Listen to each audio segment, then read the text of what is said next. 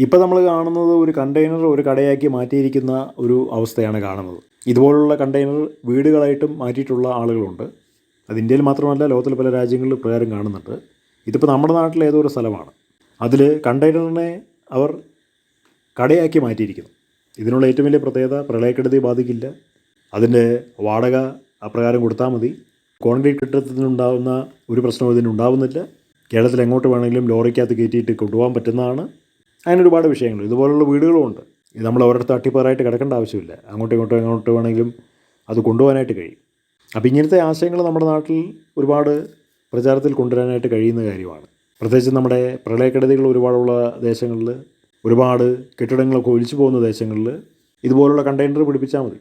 അതാകുമ്പോൾ പിന്നെ ഒലിച്ചു പോകുന്നില്ല. ഒലിച്ചു പോയി കഴിഞ്ഞാൽ കണ്ടെയ്നർ ഫ്ലോട്ട് ചെയ്യുമല്ലോ, വെള്ളത്തിലിങ്ങനെ പൊങ്ങിക്കിടക്കും. അതെങ്ങനെയെങ്കിലും ക്രെയിൻ ഉപയോഗിച്ചുകൊണ്ട് മടക്കി കൊണ്ടുവരേണ്ട ആവശ്യമേ ഉള്ളൂ.